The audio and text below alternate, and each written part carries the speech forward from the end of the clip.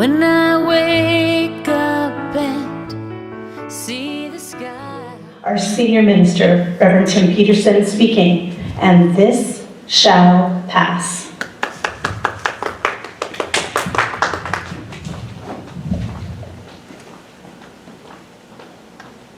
In January 1975,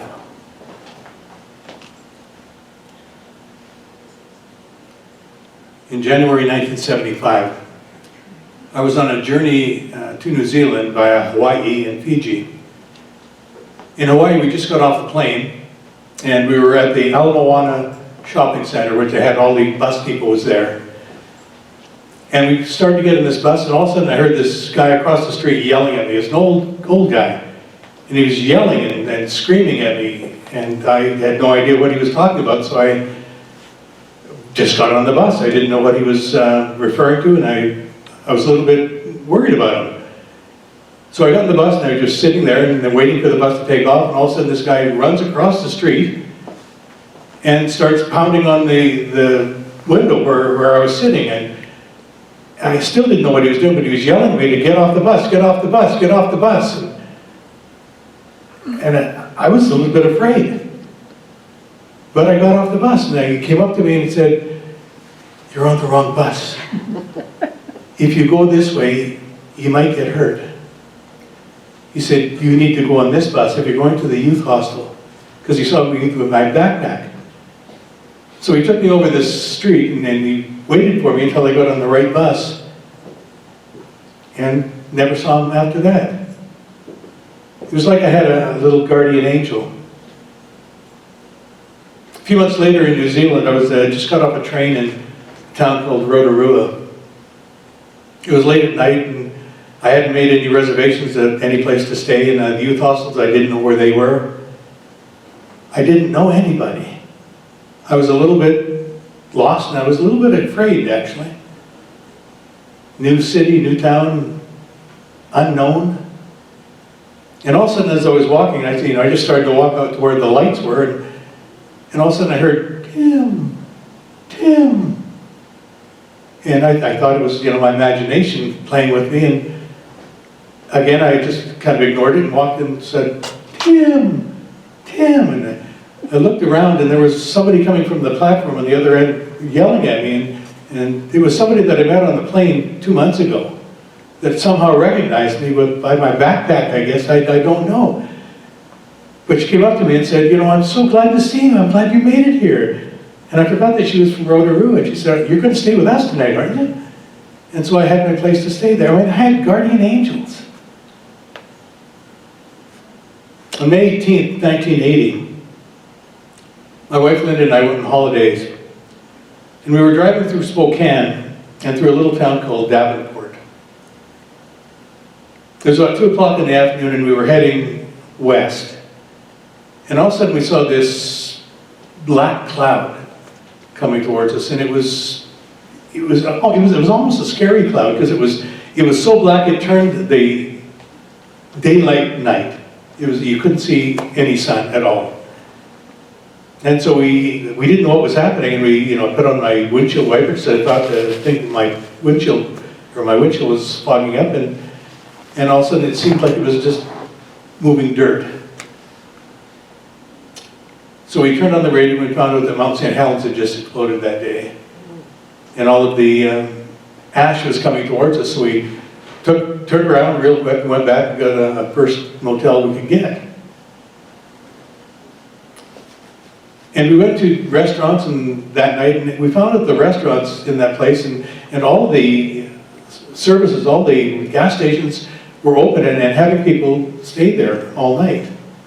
Letting people stay there all night were travelers. And it was quite amazing to see this coming together of humanity to support and sustain others that didn't have exactly what they had. It was quite unique, and it was quite delightful to see. It seems like the whole town of Davenport, Washington, were guardian angels that day. On September 11, 2001, 6,595 passengers and crew from 38 flights landed in Gander, Newfoundland. A town of approximately 10,000. We took them in, fed them, clothed them, and gave them shelter not for one day, but for many days. There are guardian angels everywhere. So why am I telling you all this? We talk a lot about celebrating random acts of kindness, but I don't believe that they're random at all. I believe that everything that has happened to me, and perhaps you to a certain degree, and to the 6,995 passengers of the cruise, were intentional acts of kindness. The thing that we have to remember is when things happen in our lives, there are far more of those that will uplift us than to try and bring us down. And in reality, no matter what comes into our life in these days, to uplift or hold down, it all comes to pass. One of the most important and prominent passages in the Bible starts out with that simple little saying, "And it came to pass." It is the one of the most misunderstood metaphors in the Bible because most of us just read it and don't even think about it. It came to pass. And it, whatever it is, came to pass. So what is it? It's poverty, it's disease, it's misunderstanding, it's fear, it's struggle. All of it came to pass. The Bible never says that it came to stay. The Bible never says that it came to take up shop, take up residency. The Bible never says it came to haunt you for the rest of your days. It says it came to pass. To pass, for many of us, means to graduate. They pass their exams. And once we pass, we move onward. But it, whatever it is, can only pass if we let it pass, if we let it go, if we let it be. When I find myself in times of trouble, truth reveals itself to me. Speaking words of wisdom, let it be, let it be. But sometimes, I don't think we want to let it be, I think we want to fix it. We want to make it all better, whatever it is. Because we forget that it came to pass. Now, you may never wanted it in the first place. You may never have asked it to come in the first place, but still it came to pass. I believe that our greatest challenges as individuals is releasing the need to be right, which is our need to stay in an old belief. When we have challenges in our life, whether they are health or financial, relationships or emotional, we often have a habit of seeing it as somebody's fault. I believe our greatest challenge as metaphysicians is as we accept responsibility for what happens in our lives, to not find fault with what occurs there. I'm accountable for everything that happens in my life. I'm getting a new hip at some point. They canceled my hip surgery I was supposed to go in on March 20th, but they canceled it because of the virus going around. And it's hurting me, and it's not much fun to walk when I'm walking these days, and I'm using canes, and I'm sitting down here because of that.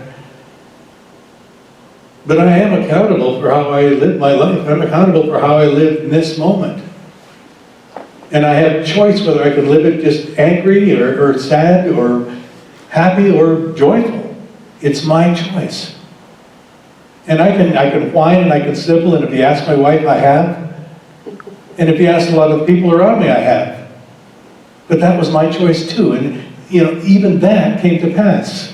Because I'm not holding on to what that was, or I'm not holding on to the idea of what that is. I'm realizing that there's a new idea and a new awareness that's within me. All I need to do is bring it in.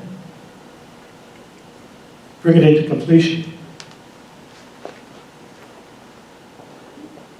Too often in our humanness, I think we react instead of respond. We want to judge. We want to blame.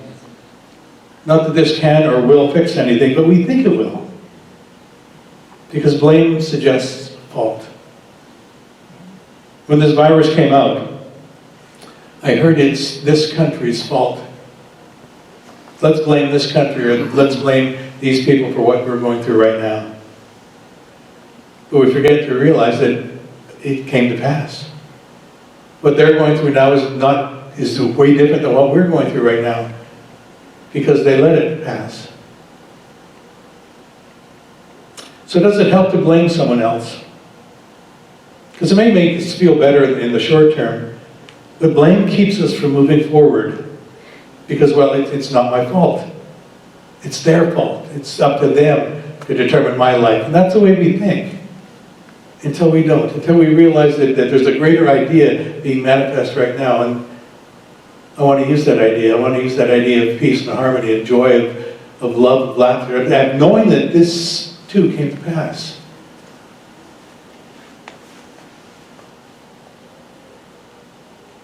What we want to do sometimes, and need to do sometimes, to get past any blame, is to get past the blame and get on with our spiritual evolution. We live in a world of paradox. And paradox comes from the Latin word paradoxos, meaning contrary to opinion. One paradox is our greatest strength, is also our greatest weakness. Another paradox is that in all comes to pass.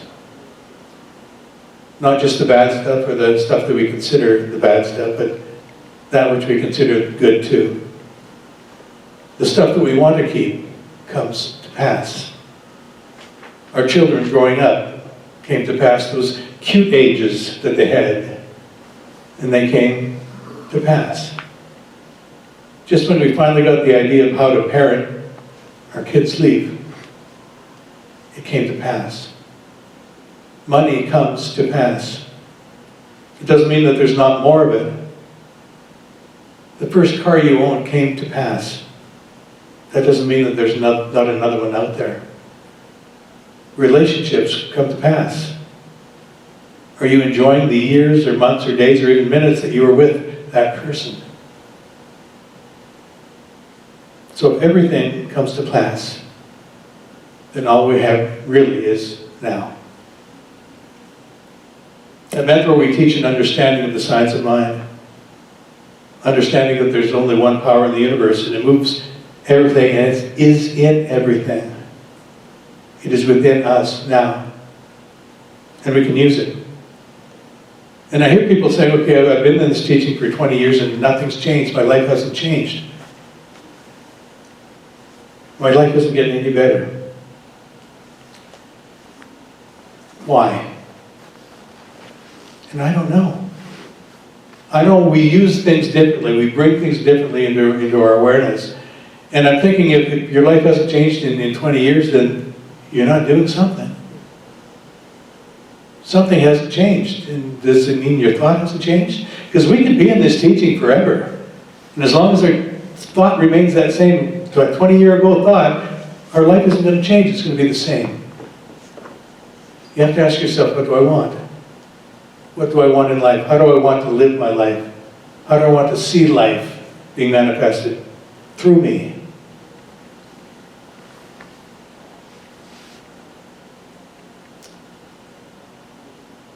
We plant seed thoughts. And sometimes we expect those seed thoughts to be manifest the next day. I mean, I've been doing this treatment for a whole day. It shouldn't manifest in my life right now. So we go out and we almost dig it up because it's not working. It must not be working then if it's not manifesting right now. So we dig it up and we have to start again. We have to plant that seed again. Now if we just plant that seed and we let it grow and we nurture it with thoughts of harmony and of peace and of an understanding that the thing that we've planted right now is the thing that we're desiring to fulfill in our life. If we're letting it take its own time to get to us and not rush us, then we can have that. What we have to do is remember that it takes something we call time in order for it to manifest.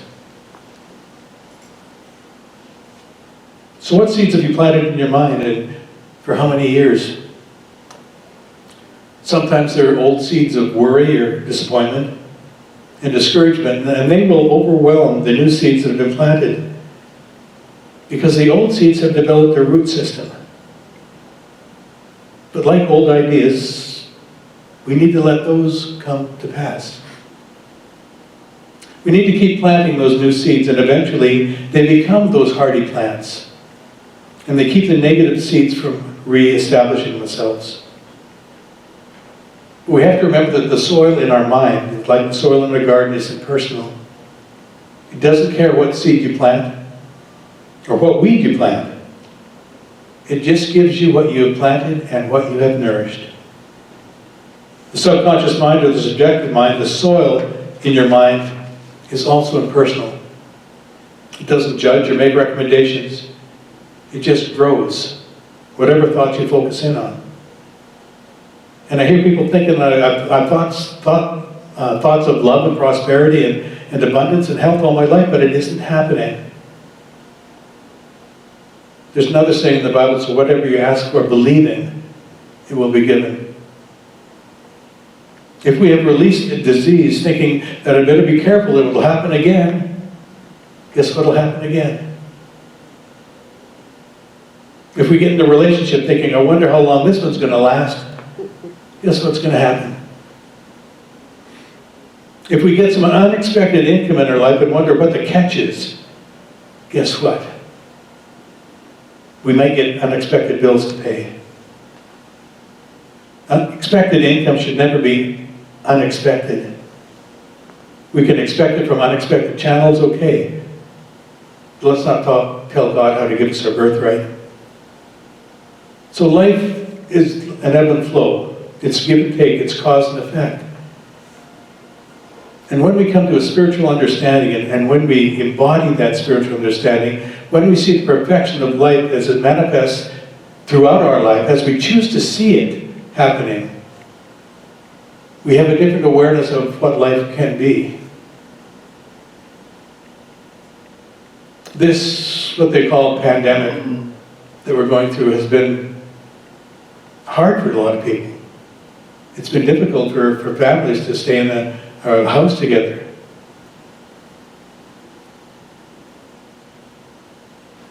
And yet I think it's the one thing that's going to move us from a place of fear into a place of absolute compassion for all people, for all life.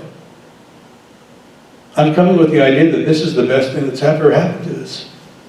And once we get that idea that this is not against us, could be for us, this could cause us to just get to that secret place of the Most High Living God and see ourselves with new eyes and see others with eyes. There's so many people that are helping others right now, that are going there delivering groceries to people, or doing things when they couldn't do them. There's so many people that are amazing right now. They're guardian angels all over the place. There's brilliance happening throughout this world.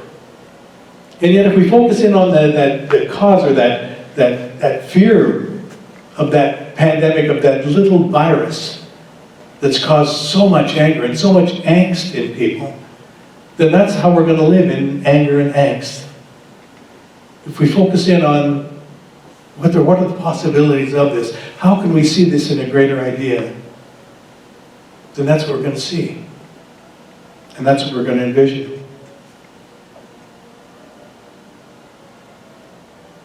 Our lives are a perfect mirror of our consciousness or our understanding.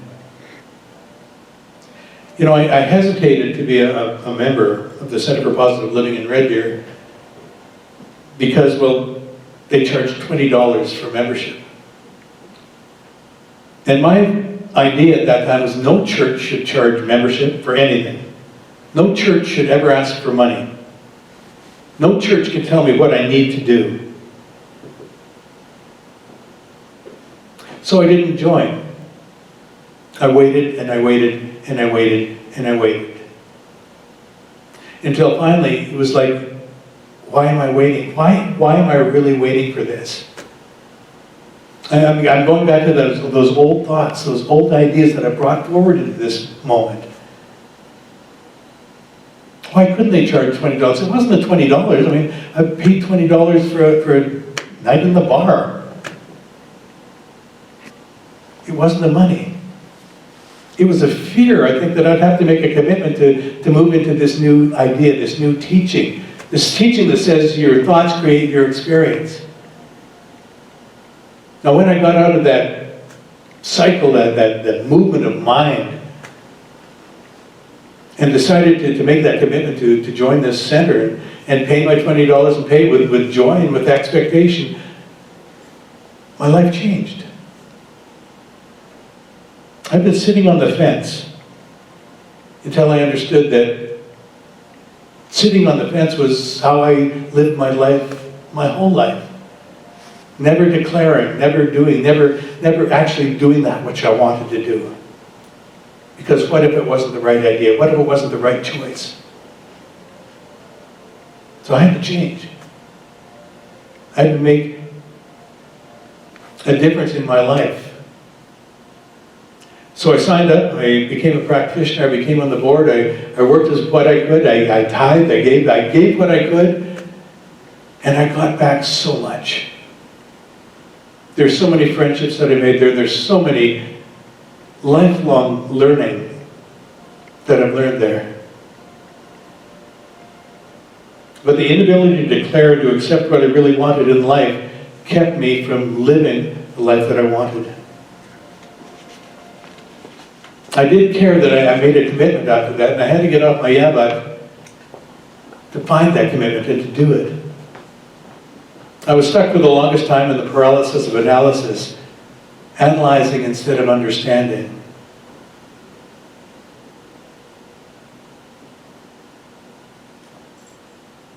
So I want to close.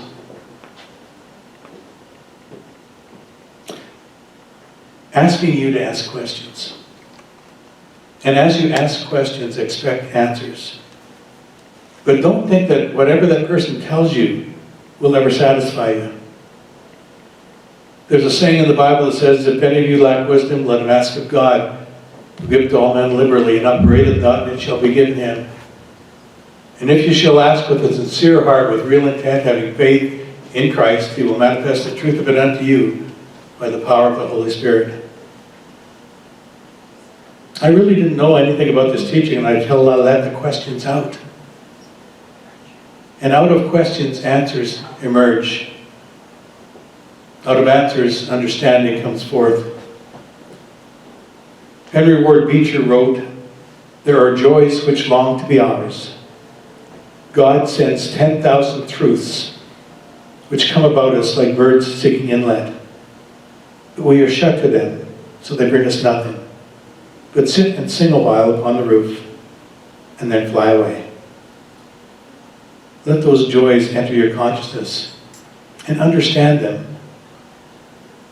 I know for everyone here that it came to pass, but it came to pass for us to use. That we put into action the questions that we have and the answers that we get. That spiritual understanding unfolds as our life.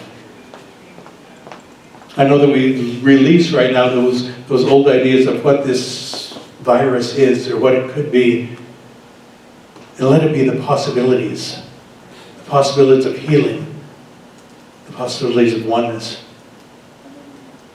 the possibilities of community. And that's all I got to say. So it is.